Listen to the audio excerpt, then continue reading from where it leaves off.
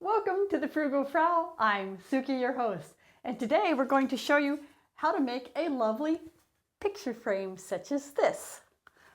But before we get started, please like, subscribe, and comment. It helps us out and we really appreciate it. Thank you very much. The first thing you need to do is prepare your stock.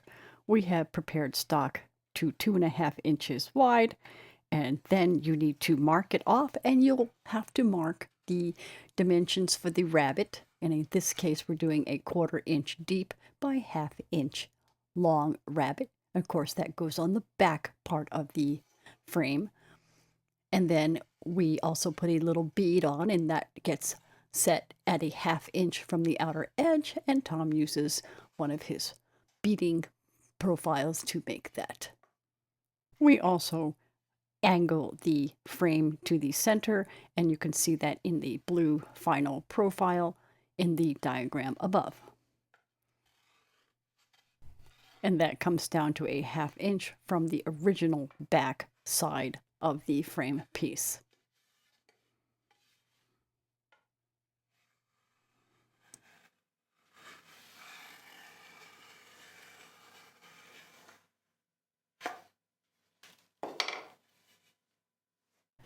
Tom cuts the rabbet on the back face first.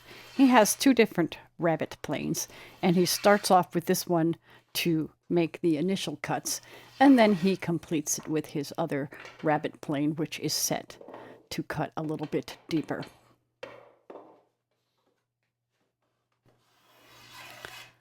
We are not using the sticking board because we are simply cutting this one piece as a demonstration for the video, because we actually cut all the pieces already for the frame. And we're not using that sticking board just for this one little piece, so I'm having to help hold this down while he finishes the rabbet with his other rabbet plane. To clean up the rabbet, he places this plane, or this rabbet plane, on its side to do this. He's unable to do that with the other rabbet plane easily, so he likes to do it this way with this older rabbet plane.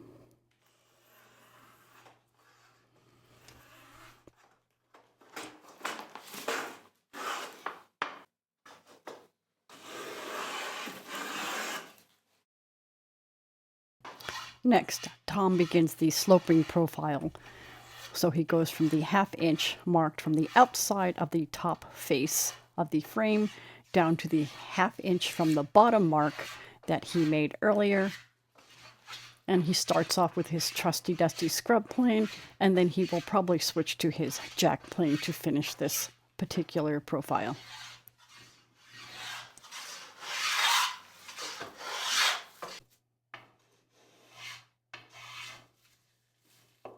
Now he's switching to the jack plane after he's gotten quite a bit of the waist scrubbed off with the scrub plane. And you'll notice that the hold down is now on the other side, and he will take that off and place it on the other side to finish that other end that's closest to you, the viewer.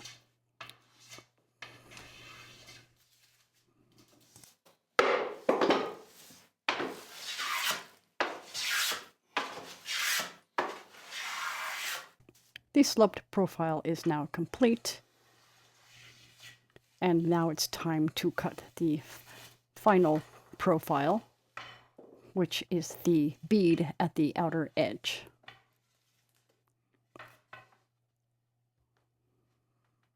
So he just flips it around to make it easier to cut the bead so he doesn't run into the pieces he's using to hold this in place.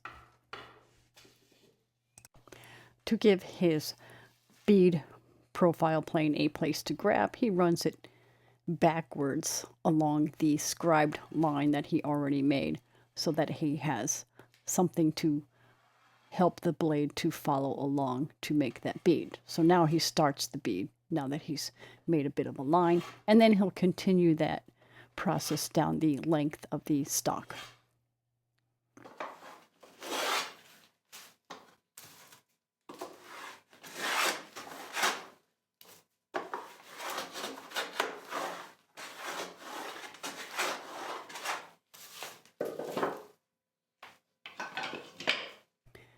To clean up that bead a little bit, and get some of the debris out of that little indentation where the slope begins. He's using his number 2 plane to do that.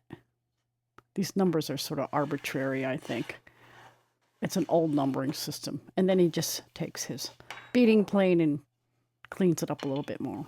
And it's just a back and forth process between the beading plane and that other little plane when you're near the end to clean it up.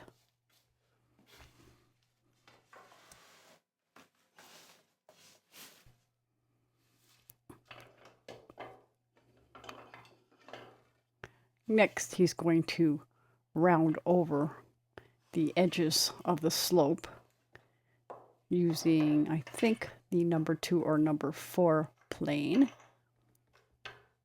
And again, that's just to get rid of a bit of the sharp edge and to give it a bit more definition and finished look.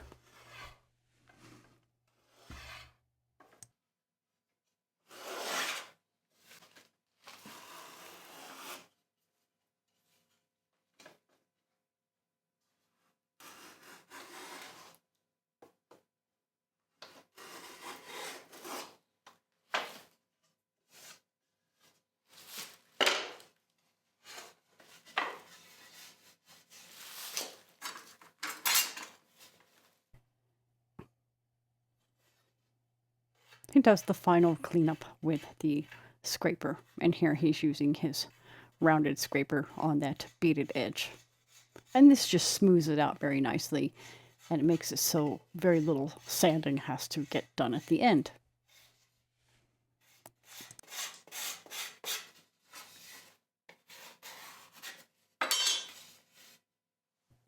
And here you can see a view of the edge profile.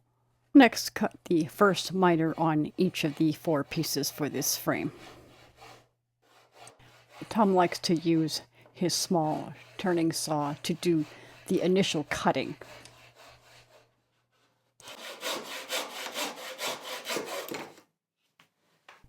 Because the saw cut will never be super accurate, Tom takes the stock to his guillotine, which has a fence set at a perfect 45, and he can trim that very easily to a perfect 45.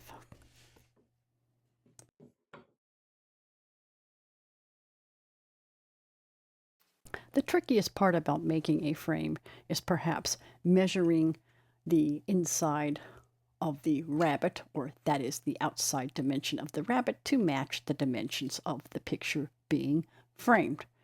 And we're trying to measuring and just using a tape measure and a marking knife to do this. However, we're going to try to develop and devise a better way to do this, because this was quite fussy to get them all exactly the same size.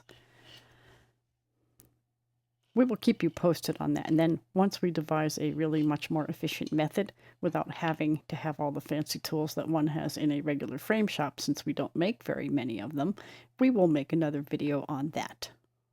And I included the diagram above so that you can see exactly what Tom was doing there and understand how to measure this so that you don't make any mistakes.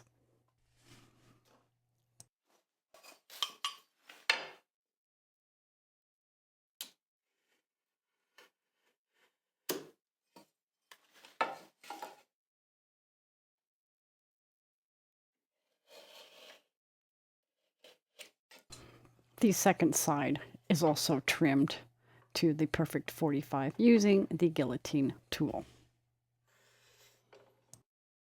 With all 4 pieces cut, it is time to test fit them all together and then make sure the picture also fits snug enough in the frame. And it should if you measured carefully. We have these nice frame clamps to assist in this process. And even using these, it sometimes takes 2 of us to actually set this up. It's a little quirky and awkward, but we get it. We test fit the picture in off screen and it fit fine, and now it's time to glue these up. And so of course you only have to take 2 of the pieces out, and we do this one at a time to keep it well clamped because it was a little quirky just to get it all clamped together.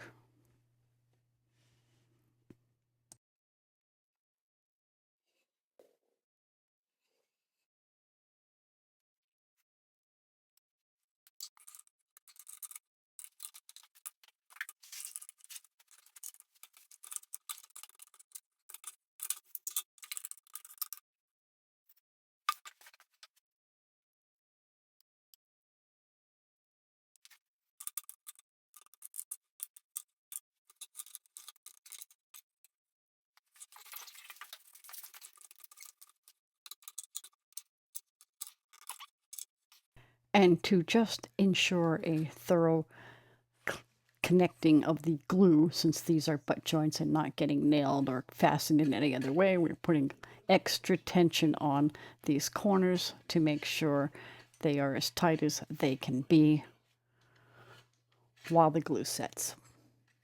And I'm just cleaning up some of the excess glue that has squeezed out because I will be staining this frame and I need to make sure that all the glue is off.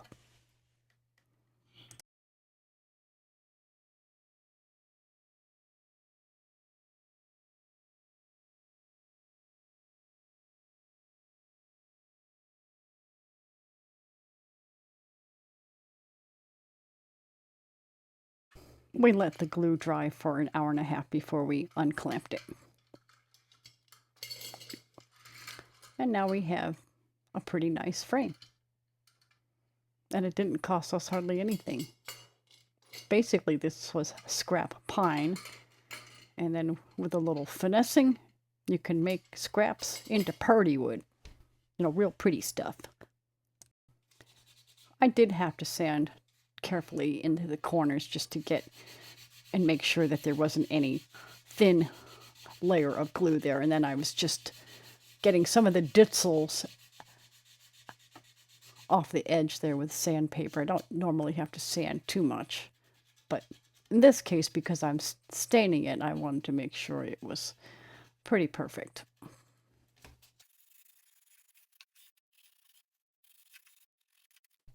And there's the completed frame after the stain dried up in the upper right-hand corner.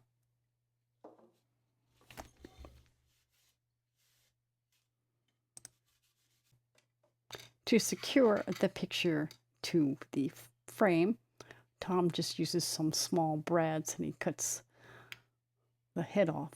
And then he's just going to push them into the wood since this is pine.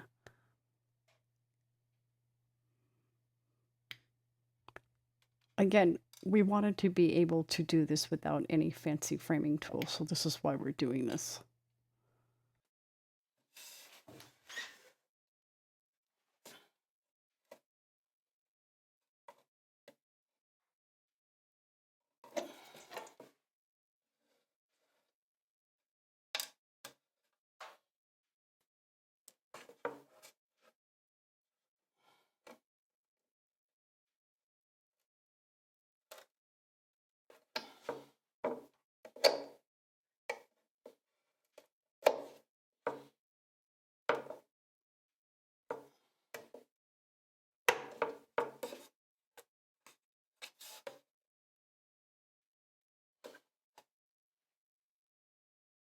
And here's the frame with the picture that was meant to be put in this frame.